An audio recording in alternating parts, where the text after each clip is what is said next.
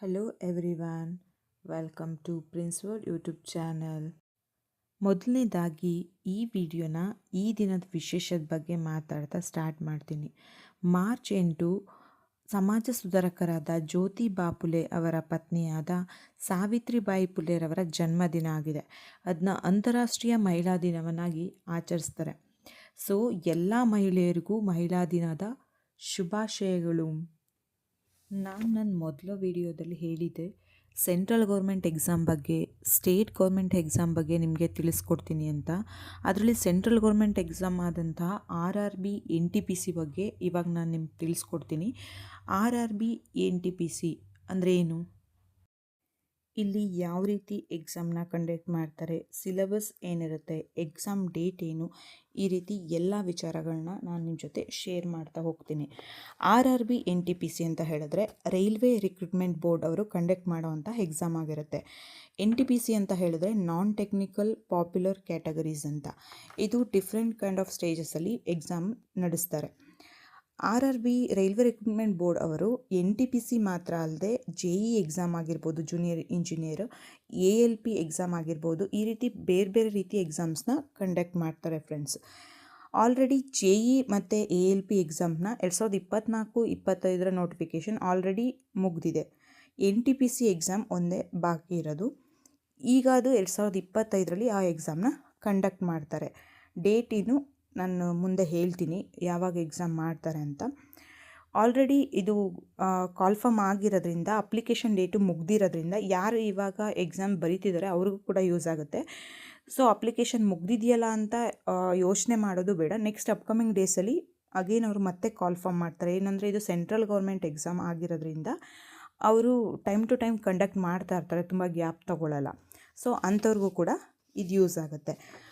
RRB NTPC 2024-25 ಈಗ notification ಏನಿದೆ, ಈ ಒಂದು ಎಕ್ಸಾಮ್ನ ನಾನು ಇವಾಗ ಏನಕ್ಕೆ ಹೇಳ್ತಾ ಇದ್ದೀನಿ ಅಥವಾ ನಿಮಗೆ ತಿಳಿಸ್ತಾ ಇದ್ದೀನಿ ಅಂತ ಹೇಳಿದ್ರೆ, ಮೇಯ್ನ್ ರೀಸನ್ ಬಂದು ನಾನು ಹೀಗೆ ನನ್ನ ಫ್ರೆಂಡ್ಸ್ ಜೊತೆ ಮಾತಾಡುವಾಗ ಡಿಸ್ಕಸ್ ಮಾಡುವಾಗ ಅವ್ರು ಹೇಳ್ತಾಯಿದ್ರು, ನನಗೆ ಸೆಂಟ್ರಲ್ ಗೌರ್ಮೆಂಟ್ ಎಕ್ಸಾಮ್ಸ್ನ ತೊಗೊಳ್ಳಿಕ್ಕೆ ತುಂಬ ಭಯ ಆಗುತ್ತೆ, ಅಥವಾ ಅದ್ರ ಜೊತೆಗೆ ನಮಗೆ ಅದ್ರ ಬಗ್ಗೆ ಐಡಿಯಾನೇ ಇಲ್ಲ, ಯಾವ ರೀತಿ ಎಕ್ಸಾಮ್ನ ಕಂಡಕ್ಟ್ ಮಾಡ್ತಾರೆ, ಅಥವಾ ಲ್ಯಾಂಗ್ವೇಜ್ ತೊಗೊಳ್ಳೋದಾಗಲಿ, ಈ ಥರ ತುಂಬ ರೀಸನ್ಸ್ಗಳನ್ನ ಹೇಳ್ತಾಯಿದ್ರು. ನಾನೀಗ ಸ್ಟೇಟ್ ಗೌರ್ಮೆಂಟ್ಗೆ ನಾನು ಎಕ್ಸಾಮ್ಗೆ ಪ್ರಿಪೇರ್ ಆಗ್ತಾಯಿದ್ದೀನಿ. ಸೆಂಟ್ರಲ್ ಗೌರ್ಮೆಂಟಲ್ಲ ಆದರೆ ಇಲ್ಲಿ ಇಶ್ಯೂ ಮೇಯ್ನ್ ಏನಿರೋದು ಅಂತ ಅಂದರೆ ಕನ್ನಡ ಲ್ಯಾಂಗ್ವೇಜ್ ಇರಲಿಲ್ಲ. ಹಿಂದಿ ಮತ್ತು ಇಂಗ್ಲೀಷಲ್ಲಿ ಎಕ್ಸಾಮ್ಸ್ನ ಕಂಡಕ್ಟ್ ಮಾಡ್ತಾಯಿದ್ರು. ಆದರೆ 2024-25 ನೋಟಿಫಿಕೇಷನಿಂದ ಏನಾಗಿದೆ ಅಂತಂದರೆ ಕನ್ನಡ ಲ್ಯಾಂಗ್ವೇಜ್ ಕೂಡ ಆಪ್ಷನ್ನ ತೊಗೊಳ್ಬೋದು, ಕನ್ನಡ ಲ್ಯಾಂಗ್ವೇಜಲ್ಲೂ ಕೂಡ ಎಕ್ಸಾಮ್ಸ್ನ ಅಟೈನ್ ಮಾಡ್ಬೋದು ಅನ್ನೋ ಆಪ್ಷನ್ ಕೂಡ ಕೊಟ್ಟಿದ್ದಾರೆ. ಇದರಿಂದ ಯಾರು ಕನ್ನಡ ಮಾಧ್ಯಮದ ಅಭ್ಯರ್ಥಿಗಳು ಅಯ್ಯೋ ನನಗೆ ತುಂಬ ಕಷ್ಟ ಆಗುತ್ತೆ ಇಂಗ್ಲೀಷಲ್ಲಿ ಓದಿ ನನಗೆ ಎಕ್ಸಾಮ್ ಮಾಡಲಿಕ್ಕೆ ಅಂತ ಯಾರು ಭಯಪಡ್ತಿದ್ರು ಅವರಿಗಂತೂ ಇದು ಡೆಫಿನೆಟ್ಲಿ ಯೂಸ್ ಆಗುತ್ತೆ.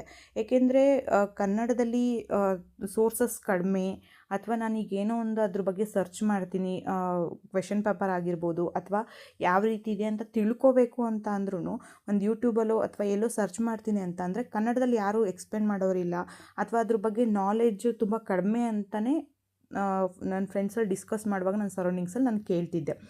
ಬಟ್ ಈಗ ಏನು ಕನ್ನಡ ಲ್ಯಾಂಗ್ವೇಜ್ನ ಆಪ್ಟ್ ಮಾಡ್ಕೊಂಡವರು ಬರೆಯೋದಕ್ಕೆ ಚಾನ್ಸ್ ಕೊಟ್ಟಿದ್ದಾರೆ, ಇದು ಕನ್ನಡ ಮಾಧ್ಯಮದ ಅಭ್ಯರ್ಥಿಗಳಿಗಂತೂ ಒಂದು ಸುವರ್ಣ ಅವಕಾಶ ಅಂತಲೇ ಹೇಳ್ಬೋದು. ಏಕೆಂದರೆ ಅವರು ಸ್ಟೇಟ್ ಗೌರ್ಮೆಂಟ್ ಎಕ್ಸಾಮ್ಸಲ್ಲಿ ಅವರು ಕಂಪ್ಲೀಟ್ ಕನ್ನಡದಲ್ಲೇ ಪ್ರಿಪೇರ್ ಆಗಿರ್ತಾರೆ. ಸೆಂಟ್ರಲ್ ಗೌರ್ಮೆಂಟ್ ಎಕ್ಸಾಮ್ಸ್ ಅಂತ ಬಂದಾಗ ಕನ್ನಡ ಇಂಗ್ಲೀಷ್ ಅನ್ನೋ ಆಪ್ಷನ್ ಇರಲ್ಲ, ಇಂಗ್ಲೀಷ್ ಅಥವಾ ಹಿಂದಿ ಅಂತ ಇರುತ್ತೆ. ಬಟ್ ಇವಾಗ ಕನ್ನಡನೂ ತೊಗೊಳೋದ್ರಿಂದ ಅವ್ರಿಗೆ ತುಂಬಾ ಬೆನಿಫಿಟ್ ಆಗುತ್ತೆ. ಇವಾಗ ಇದ್ರ ಬಗ್ಗೆ ಕಂಪ್ಲೀಟ್ ಹೇಳ್ತೀನಿ. ವೇಕೆನ್ಸಿ ಬಗ್ಗೆ ಹೇಳ್ತೀನಿ. ಟೋಟಲ್ ವೇಕೆನ್ಸಿ ಬಂದು 11,558 ಕಾಲ್ಫರ್ಮ್ ಆಗಿದೆ. ಅದರಲ್ಲಿ 2 ರೀತಿ ಡಿವೈಡ್ ಮಾಡಿದ್ದಾರೆ, A ಮತ್ತು B ಅಂತ. A ಅಂತ ಹೇಳಿದ್ರೆ ಗ್ರ್ಯಾಜುಯೇಟ್ ಲೆವೆಲಲ್ಲಿ, B ಅಂತ ಹೇಳಿದ್ರೆ ಅಂಡರ್ ಗ್ರ್ಯಾಜುಯೇಟ್ ಲೆವೆಲಲ್ಲಿ. ಗ್ರ್ಯಾಜುಯೇಟ್ ಲೆವೆಲ್ ಅಂತ ಹೇಳಿದ್ರೆ ನಿಮಗೆ ಆಲ್ಮೋಸ್ಟ್ ಗೊತ್ತಿರುತ್ತೆ, ಡಿಗ್ರಿ ಮೇಲೆ ಕಾಲ್ಫರ್ಮ್ ಆಗಿರೋ ಅಂಥದ್ದು. ಅಂಡರ್ ಗ್ರ್ಯಾಜುಯೇಟ್ ಅಂತ ಹೇಳಿದ್ರೆ PUC ಮೇಲೆ ಕಂಡಕ್ಟ್ ಆಗಿರೋದು. ಸೊ ಅದು 2 ರೀತಿಗೂ ಬೇರೆ ಬೇರೆ ಎಕ್ಸಾಮ್ ಇರುತ್ತೆ. ಗ್ರ್ಯಾಜುಯೇಟ್ಗೆ ಬೇರೆ ಎಕ್ಸಾಮ್ ಇರುತ್ತೆ, ಡಿಗ್ರಿ ಅವ್ರಿಗೇ ಬೇರೆ ಎಕ್ಸಾಮ್ಸ್ ಇರುತ್ತೆ.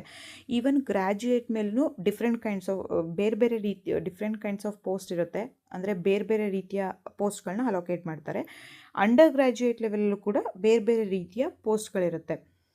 ಇವಾಗ ಗ್ರ್ಯಾಜುಯೇಟ್ ಲೆವೆಲ್ಗೂ ನೀವು ಸಪ್ರೇಟ್ ಅಪ್ಲೈ ಮಾಡಬೇಕು, ಅಂಡರ್ ಗ್ರ್ಯಾಜುಯೇಟ್ ಲೆವೆಲ್ಗೂ ನಿಮಗೆ ಸಪ್ರೇಟ್ ಅಪ್ಲೈ ಮಾಡಬೇಕು. ಗ್ರ್ಯಾಜುಯೇಟ್ ಲೆವೆಲ್ ಮತ್ತು ಅಂಡರ್ ಗ್ರ್ಯಾಜುಯೇಟ್ ಲೆವೆಲ್ದು ಎಕ್ಸಾಮ್ ಪ್ಯಾಟ್ರನ್ ಸೇಮ್ ಇರುತ್ತೆ. ನಾನು ಆಲ್ರೆಡಿ ಹೇಳಿದೆ ಗ್ರ್ಯಾಜುಯೇಟ್ ಲೆವೆಲ್ ಬೇರೆ, ಅಂಡರ್ ಗ್ರ್ಯಾಜುಯೇಟ್ ಲೆವೆಲ್ ಬೇರೆ ಅಂತ. ಇಲ್ಲಿ ನೋಡ್ತಾ ಇದ್ದೀರಾ, ಗ್ರ್ಯಾಜುಯೇಟ್ ಲೆವೆಲಲ್ಲೂ ಕೂಡ ಬೇರೆ ಬೇರೆ ಕೈಂಡ್ಸ್ ಆಫ್ ಪೋಸ್ಟ್ಗಳನ್ನ ಕಾಲ್ ಫಾರ್ಮ್ ಮಾಡಿದ್ದಾರೆ.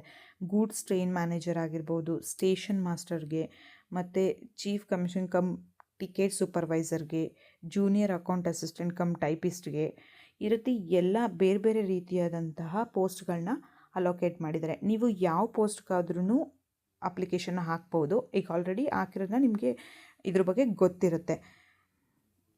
ನೆಕ್ಸ್ಟ್ ಬಂದು ಅಂಡರ್ ಗ್ರ್ಯಾಜುಯೇಟ್ ಲೆವೆಲ್ ಅಂತ ಹೇಳಿದೆ. ಅದರಲ್ಲೂ ಕೂಡ ಅಕೌಂಟ್ಸ್ ಕ್ಲರ್ಕ್ ಕಮ್ ಟೈಪಿಸ್ಟ್ ಆಗಿರ್ಬೋದು, ಟ್ರೈನ್ಸ್ ಕ್ಲರ್ಕ್ ಆಗಿರ್ಬೋದು, ಈ ರೀತಿ ಬೇರೆ ಬೇರೆ ರೀತಿಯಾದಂಥ ಪೋಸ್ಟ್ಗಳನ್ನ ಅಲೋಕೇಟ್ ಮಾಡಿರ್ತಾರೆ. ನೀವು ಅದರಲ್ಲಿ ಯಾವುದಾದ್ರೂ ಪೋಸ್ಟ್ಗೆ ಅಪ್ಲಿಕೇಶನ್ ಹಾಕ್ಬೋದು. ಇದರಲ್ಲಿ ಇದ್ರೂ ಅಷ್ಟೇ 3445 ಟೋಟಲ್ ಕಾಲ್ ಫಾರ್ಮ್ ಆಗಿರೋದು. ನೀವು ಅಂಡರ್ ಗ್ರ್ಯಾಜುಯೇಷನ್ಗೂ ಹಾಕ್ಕೊಂಡು ಗ್ರ್ಯಾಜುಯೇಷನ್ಗೂ ಕೂಡ ಅಪ್ಲಿಕೇಶನ್ ಹಾಕ್ಕೋಬೋದು. ಸೆಲೆಕ್ಷನ್ ಪ್ರೋಸೆಸ್ ಯಾವ ರೀತಿ ಇದೆ ಅಂತ ಹೇಳಿದ್ರೆ, ಎಲ್ಲದಕ್ಕೂ CBT 1, CBT 2 ಈ ರೀತಿ ಇರುತ್ತೆ. ಕೆಲವೊಂದು ಸ್ಪೆಸಿಫಿಕ್ ಪೋಸ್ಟ್ಗಳಿಗೆ ಮಾತ್ರ ಟೈಪಿಂಗ್ ಟೆಸ್ಟ್ ಇರುತ್ತೆ, ಸ್ಕಿಲ್ ಟೆಸ್ಟ್ ಅಂತ ಹೇಳ್ತಾರೆ. ಅಂದರೆ ಈಗ ನೀವು ನೋಡ್ತಾ ಇರ್ಬೋದು, 2 ಪೋಸ್ಟ್ಗಳಿಗೆ ಮಾತ್ರ CBT 1, CBT 2 ಇದೆ. ಆದರೆ ಸ್ಟೇಷನ್ ಮಾಸ್ಟರ್ಗಾಗಿರ್ಬೋದು, ಸೀನಿಯರ್ ಕ್ಲರ್ಕ್ ಕಮ್ ಟೈಪಿಸ್ಟ್ಗೆ ಸ್ಕಿಲ್ ಟೆಸ್ಟ್ ಇದೆ, ಟೈಪಿಂಗ್ ಟೆಸ್ಟ್ ಇದೆ. ಮತ್ತು ಜೂನಿಯರ್ ಅಕೌಂಟ್ ಅಸಿಸ್ಟೆಂಟ್ ಕಮ್ ಟೈಪಿಸ್ಟ್ಗೂ ಕೂಡ CBT 1 ಮತ್ತು CBT 2 ಜೊತೆಗೆ ಟೈಪಿಂಗ್ ಸ್ಕಿಲ್ ಟೆಸ್ಟ್ ಇರುತ್ತೆ. ಆದರೆ ಟೈಪಿಂಗ್ ಸ್ಕಿಲ್ ಟೆಸ್ಟ್ ಎಲ್ಲ ಪೋಸ್ಟ್ಗೂ ಕೂಡ ಬರಲ್ಲ. ನಿಮಗೆ ಇದು ನೋಡಿದ್ರೆ ಗೊತ್ತಾಗ್ತಾ ಇದೆ ಫ್ರೆಂಡ್ಸ್. ಓಕೆ ಫ್ರೆಂಡ್ಸ್, ಇದು ನನ್ನ RRB NTPCದು ಪಾರ್ಟ್ 1 ವಿಡಿಯೋ ಆಗಿರುತ್ತೆ. ಯಾವ ರೀತಿ ಪಾರ್ಟ್ 1 ವಿಡಿಯೋದಲ್ಲಿ ಕಂಪ್ಲೀಟ್ ಡೀಟೇಲ್ಸ್ನ ನಿಮಗೆ ಕೊಟ್ಟಿದ್ದೀನಿ, ಅದೇ ರೀತಿ ಇನ್ನು ಉಳಿದಿದ್ದ ಡೀಟೇಲ್ಸ್ ಏನಿದೆ ಅದನ್ನ ನಾನು ಪಾರ್ಟ್ 2 ಅಲ್ಲಿ ಕಂಟಿನ್ಯೂ ಮಾಡ್ತೀನಿ. ಸೊ ಹೀಗೆ ವಿಡಿಯೋ ನೋಡ್ತಾ ಇರಿ, ಸಬ್ಸ್ಕ್ರೈಬ್ ಮಾಡಿ, ಹಾಗೆ ನಿಮ್ಮ ಫ್ರೆಂಡ್ಸ್ ಎಲ್ರಿಗೂ ಶೇರ್ ಮಾಡಿ. Thank you so much. Have a nice day.